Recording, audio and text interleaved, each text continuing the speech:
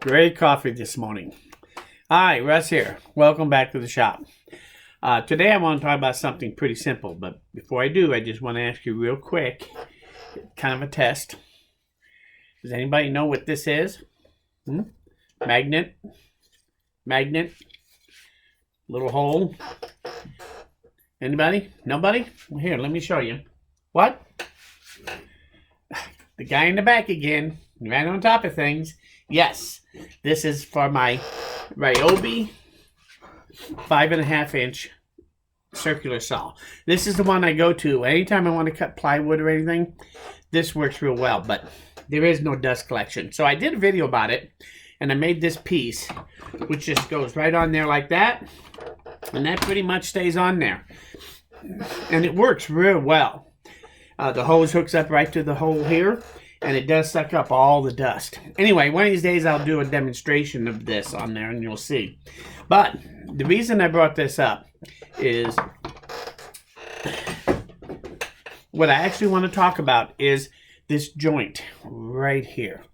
If you see, this is a piece of 1/4 inch OSB, and this is a piece of 1/4 inch OSB, and this little piece right here is joined with a glue joint right here. Now I have to tell you, I've got this thing a dozen times, and the holding power from this magnet, this joint is critical to be strong. And so then when you look at it, I got like 1.5 inch piece of material here, the glue area right here. Now I did rabbit it in so that I get this little bit extra right here, but there isn't really much giving me much support on this.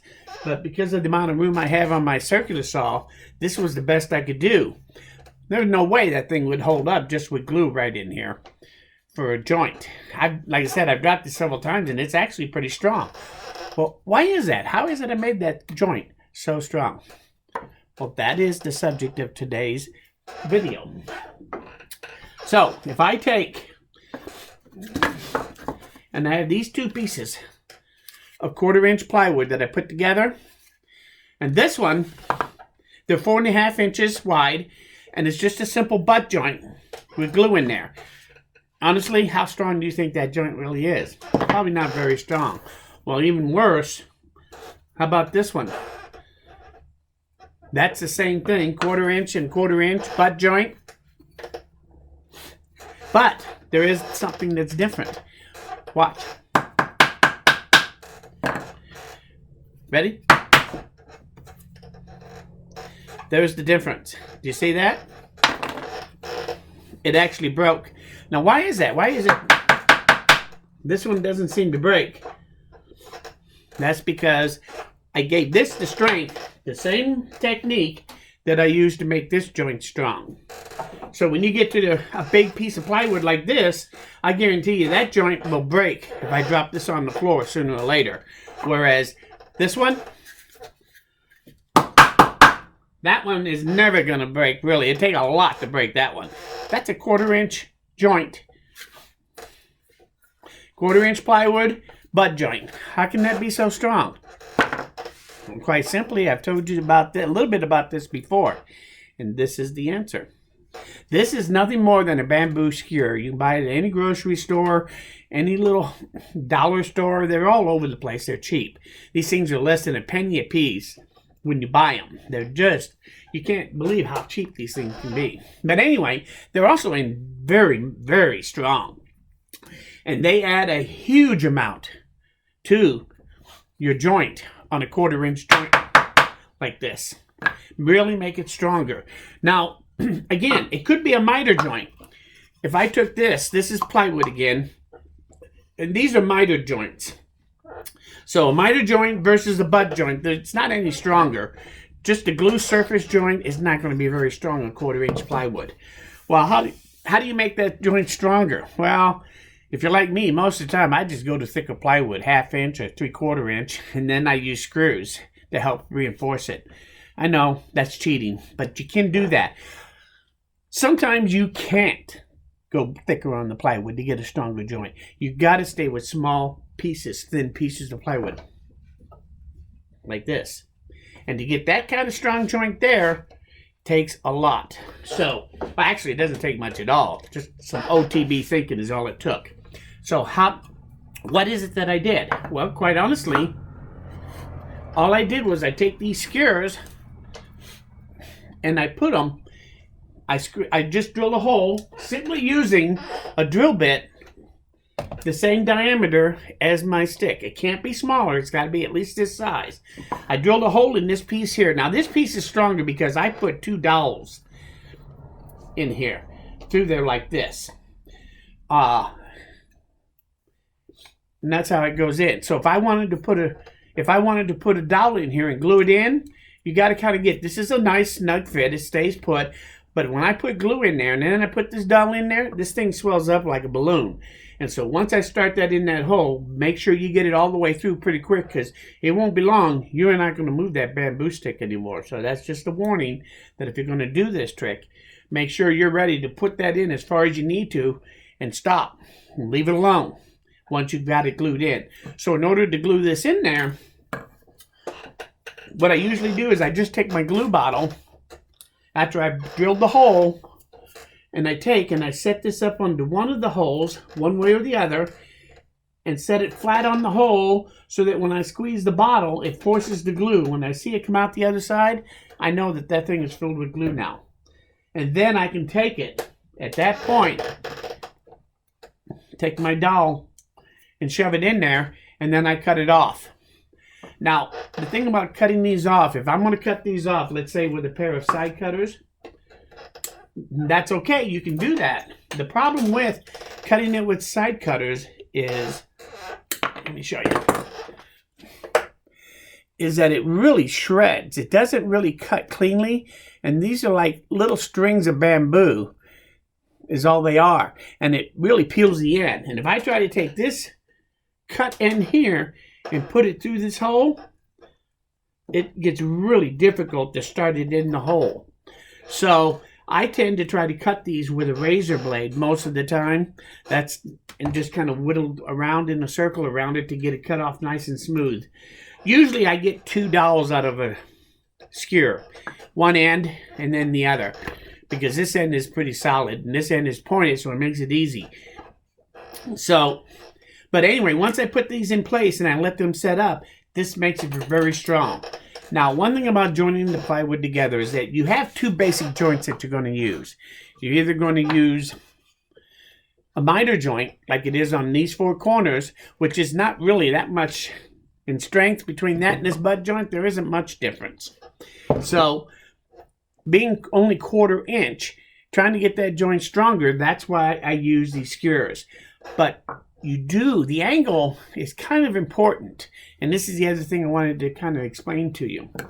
If you look at the miter joint, where they're both at 45 glued together, you look at my skewer, it's at a 45 here going into it, and I try to get it as far down to the inside of the joint as I can with this. You could go further and further in, but then now you're starting to have the effects of more like a gusset or a truss on a roof. Kind of like the way this would reinforce it if I use this instead. But this is a little obtrusive, and it gets in your way on the inside of your piece if you need to have that clearance, like I did on this.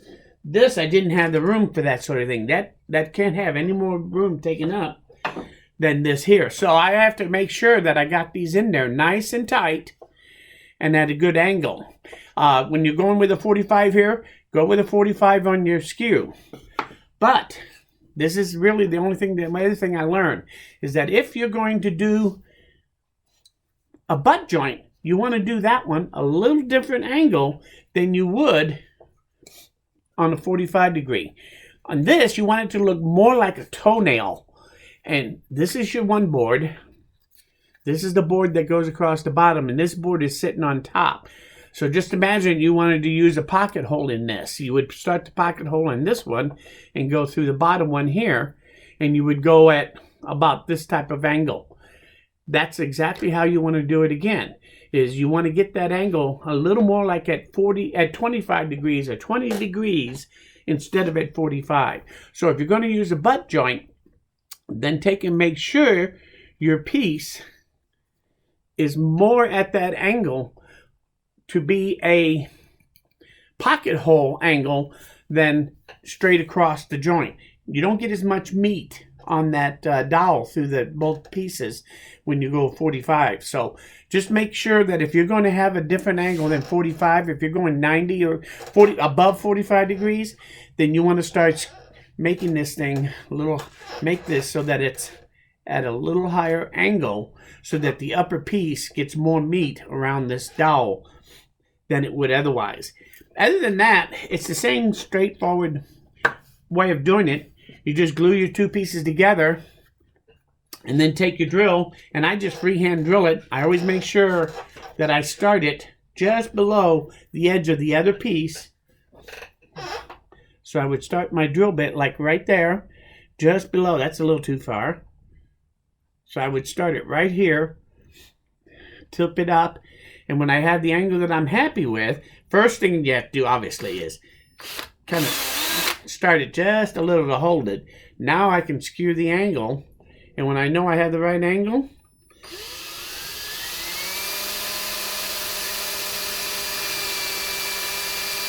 then I just drill it very slowly until it comes out the other side, like so. Now I can squirt a little glue in there, take my stick, put it in there, and I'm going to, once that dries, that'll make for a really super strong joint on there. And again, I've got 3 of them in this already, so that's why this one is so much stronger than those other ones are. This one, I don't have any in this one, so as you can see, they do break easier. So if you want to add a little bit of strength to that, that will do it. Now this is 1/4 inch. Check this out. This is a piece of 1/8 inch hardboard that I had. And I took and I cut it, and then I butt joint glued it together.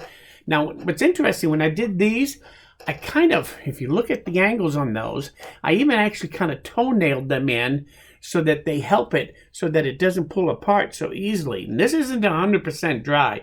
I did this less than an hour ago, and already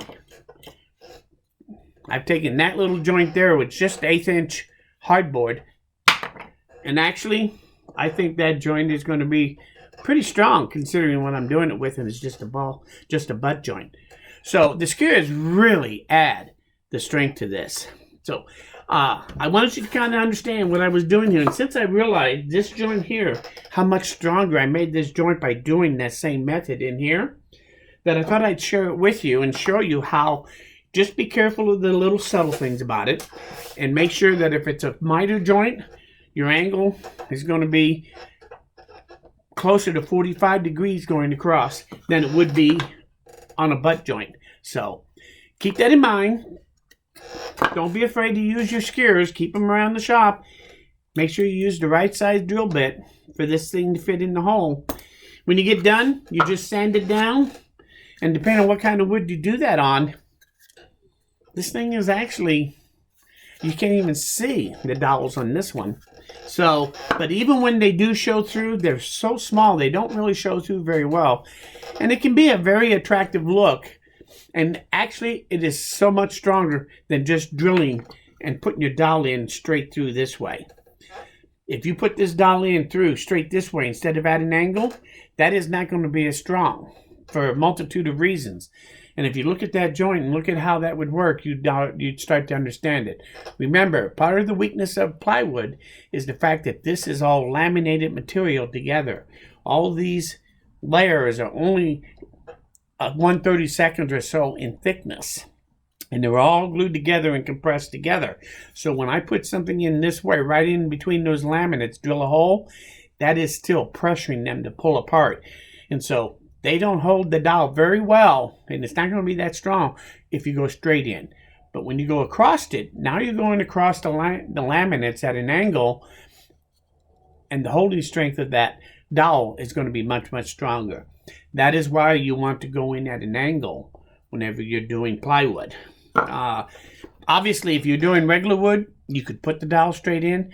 But again, if you go across at an angle, depending on your joint as to what angle you use, it's going to be stronger when you go at an angle than if you go straight in, even if you're using solid wood. So anyway, I hope you kind of learned something here.